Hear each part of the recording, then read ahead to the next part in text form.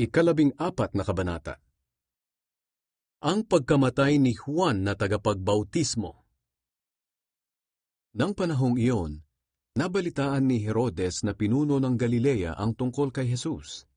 Sinabi niya sa kanyang mga opisyal, "Siya'y si Juan na tagapagbautismo.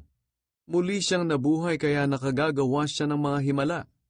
Ipinahuli niya noon si Juan at ipinabilanggo, dahil tinutuligsa ni Juan ang relasyon niya kay Herodias na asawa ng kapatid niyang si Felipe. Laging sinasabihan ni Juan si Herodes na hindi tamang magsama sila ni Herodias. Gusto sanang ipapatay ni Herodes si Juan, pero natakot siya sa mga Hudyo dahil itinuturing nilang propeta si Juan. Nang dumating ang kaarawan ni Herodes, sumayaw para sa mga bisita ang dalagang anak ni Herodias na ikinatuwa naman ni Herodes. Kaya isinumpa niyang ibibigay sa dalaga ang anumang hingin nito. Sa udyok ng kanyang ina, sinabi ng dalaga, "Gusto ko pong ibigay niyo sa akin ang ulo ni Juan na nakalagay sa isang bandihado." Nalungkot ang hari sa kahilingang iyon. Pero dahil sa pangako niyang narinig mismo ng mga bisita, iniutos niya na gawin ang kahilingan ng dalaga. Kaya pinugutan ng ulo si Juan sa loob ng bilangguan. Inilagay ang ulo niya sa isang bandihado at dinala sa dalaga. At ibinigay naman ito ng dalaga sa kanyang ina. Ang bangkay ni Juan ay kinuha ng kanyang mga tagasunod at inilibing, at ibinalita nila kay Jesus ang nangyari. Pinakain ni Jesus ang 5,000 tao. Nang mabalitaan iyon ni Jesus, sumakay siya sa isang bangka at pumunta sa isang tahimik na lugar. Nang malaman ng mga tao mula sa iba't ibang bayan na nakaalis na si Jesus, lumakad sila patungo sa lugar na pupuntahan niya. Kaya nang bumaba si Jesus sa bangka, nakita niya ang napakaraming tao. Naawa siya sa kanila at pinagaling niya ang mga may sakit sa kanila. Nang gumagabi na, lumapit kay Jesus ang mga tagasunod niya at sinabi, "Nasa ilang na lugar po tayo at dumidilim na.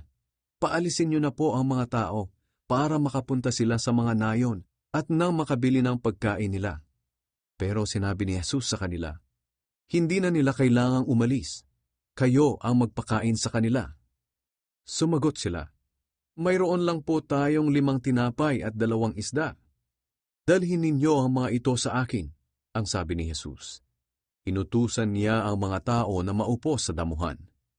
Kinuha niya ang 5 tinapay at 2 isda. Tumingala siya sa langit at nagpasalamat sa Diyos. Pagkatapos, hinati-hati niya ang tinapay at ibinigay sa mga tagasunod niya, at ibinigay naman nila ito sa mga tao. Kumain silang lahat at nabusog. Pagkatapos, tinipon nila ang natirang pagkain at nakapuno sila ng 12 basket.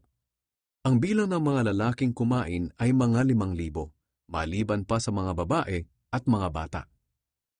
Lumakad si Jesus sa ibabaw ng tubig.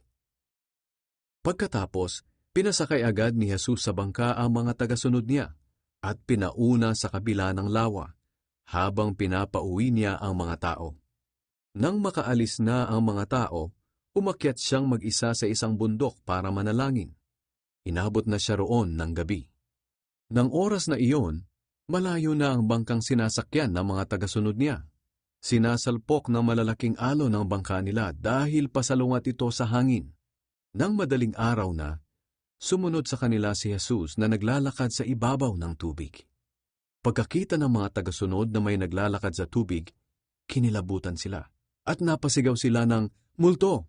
dahil sa matinding takot. Pero agad na nagsalita si Jesus, "Ako ito, huwag kayong matakot. Lakasan ninyo ang inyong loob." Sumagot si Pedro sa kanya, "Panginoon, kung kayo nga iyan, papuntahin niyo ako riyan na naglalakad din sa tubig." "Halika," sabi ni Jesus.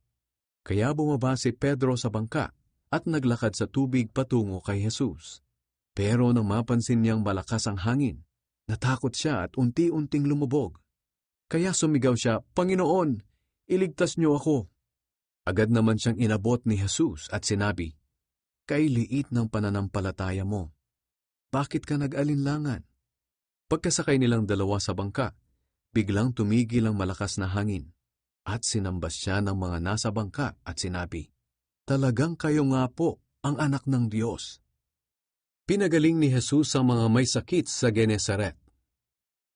Nang makatawid sila ng lawa, dumaong sila sa bayan ng Genesaret. Nakilala ng mga taga roon si Jesus at ipinamalita nila sa mga karatig lugar na naroon siya.